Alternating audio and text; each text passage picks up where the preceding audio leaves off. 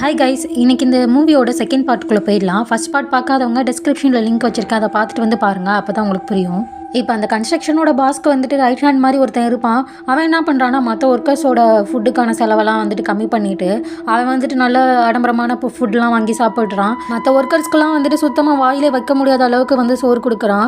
அதை எடுத்துகிட்டு வந்து ஏன் இப்படி பண்ணுறீங்க, எங்களுக்கும் நல்ல ஃபுட்டு கொடுங்க அப்படின்ற மாதிரி சொல்ல, விருப்பம் இருந்தால் சாப்பிடுங்க, இல்லாட்டினா பட்னியாக கடங்கடா அப்படின்ற மாதிரி சொல்லிட்டு இப்போ அவன் நல்லா சாப்பிட்டுக்கிட்டு இருக்கான். திடீர்னு அவன் தொண்டையில் ஏதோ மாட்டிக்கிற மாதிரி இருக்குது. என்னன்னு துப்பி பார்த்தா அந்த ஆணி, அந்த கேர்ள் வந்துட்டு பேயா வந்துடக்கூடாதுன்றதுக்காக அடிச்சு வச்சுருப்பாங்கல்ல. இப்போ அந்த ஆணியை பார்த்துட்டு இவனுமே ஷாக் ஆகுறான். இன்னொரு செக்யூரிட்டி கார்டு வந்துட்டு இந்த உடம்பை கண்டெடுக்கும் போது கழுத்தில் இருக்க அந்த ஆணியை பார்த்துட்டு ஐயோ என்னமோ தப்பாக நடந்திருக்கு போல அப்படின்னு நினச்சிக்கிட்டு இருந்தார்ல, அவருமே அதை நோட் பண்ணுறாரு.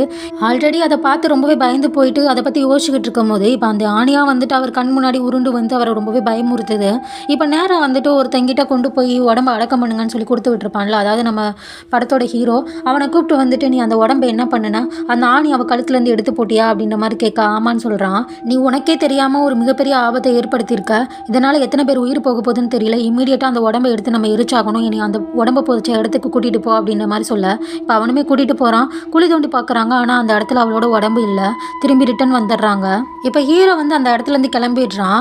அதுக்கப்புறம் இதை எப்படியாவது பாஸ் கிட்ட சொல்லணும் அப்படின்ற மாதிரி போகிறதுக்கு முன்னாடியே அந்த பேய் வந்து அவனை கொலை பண்ணிடுது. பாஸுக்கு ரைட் ஹேண்டாக இருப்பான்ல, அவனும் பாஸுமே இப்போ சேர்ந்துட்டு என்ன பண்ணுறாங்கன்னா, சரியாக வந்து ஒர்க்குக்கான கூலியும் கொடுக்க மாட்டேங்கிறாங்க, சாப்பாடும் போட மாட்டேங்கிறாங்க. ஆனால் வேலையே வந்துட்டு பார்க்கணும், ஓவர் டைம் பார்க்கணும் அப்படின்ற மாதிரி எல்லாத்தையும் வற்புறுத்திக்கிட்டு இருக்காங்க. இப்போ இந்த விஷயத்த நம்ம ஹீரோவும் தட்டி கேட்கறதுக்காக போகிறான். அப்போ ஹீரோ வந்துட்டு பயங்கரமாக அந்த பாஸ் போட்டு அடிச்சிடுறாரு.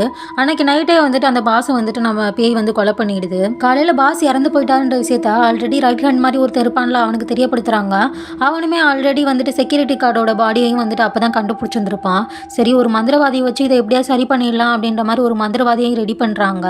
அவருமே வந்து இறந்து போயிடுறாரு. இப்போ நடக்கிற எல்லா பிரச்சனைக்குமே வந்துட்டு ஹீரோ தானே காரணம்னு சொல்லிட்டு அவனை அட்டாக் பண்ண போக இப்போ அவளுக்கு கோவம் வந்துடுது.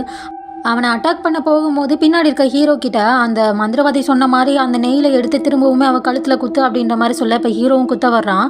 அவள் அந்த தடவை திரும்பி பார்க்கும்போது ரொம்பவே இன்னசென்ட்டான ஃபேஸில் இருக்கா. அந்த மாதிரி அவளை பார்க்கும்போது திரும்பி அவளுக்கு அதை பண்ணுறதுக்கு அவனுக்கு மனசே வரலை. இப்போ அந்த ரைட் ஹேண்ட் இருக்கான்ல, அவன் வந்துட்டு கோவத்தில் வந்துட்டு ஹீரோ வெட்டி உதைக்க அவன் போய் பின்னாடி தலையில் அடிபட்டு மயங்கி விழுந்துடுறான். அதுக்கப்புறம் நம்ம ஹீரோயின் வந்துட்டு அவனை கொலை பண்ணிடுறா. இப்போ ஹாஸ்பிட்டலில் வந்து ஹீரோ வந்து அட்மிட் பண்ணியிருக்காங்க.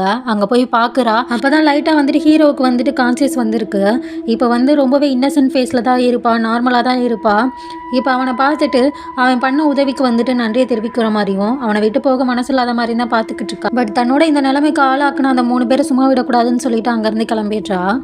இதே மாதிரியான வீடியோஸை கன்யூஸாக பார்க்குறதுக்கு இந்த வீடியோவை வந்துட்டு லைக் பண்ணி சேனலை சப்ஸ்கிரைப் பண்ணி உங்கள் ஃப்ரெண்ட்ஸ்க்கு வந்து ஷேர் பண்ணிடுங்க.